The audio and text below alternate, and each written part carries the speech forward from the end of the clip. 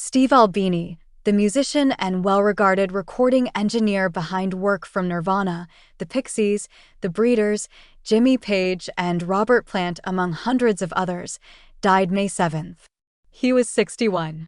His death from a heart attack was confirmed by Taylor Hales of Electrical Audio, the Chicago studio Albini founded in the mid-90s.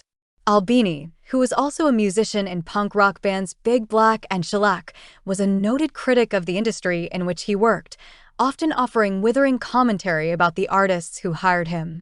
He referred to Nirvana as an unremarkable version of the Seattle sound, but accepted the job to produce the band's 1993 album In Utero.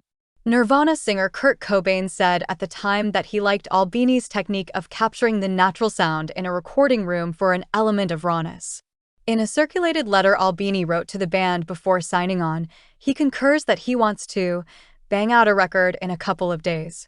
Albini also famously refused to accept royalties from any of the records he produced.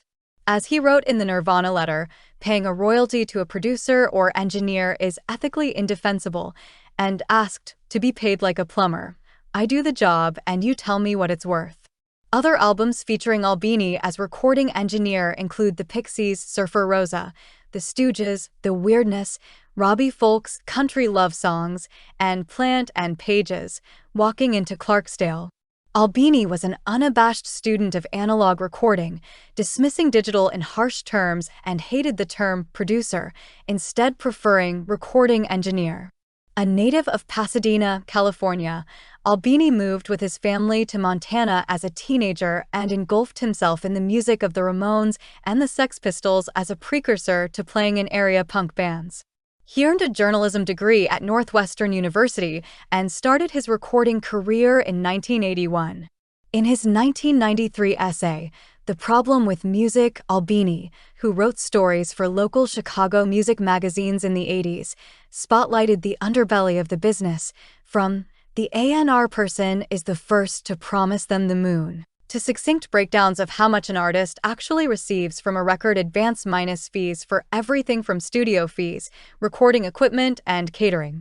Albini, who was readying the release of the first shellac record in a decade, also participated in high-stakes poker tournaments with significant success.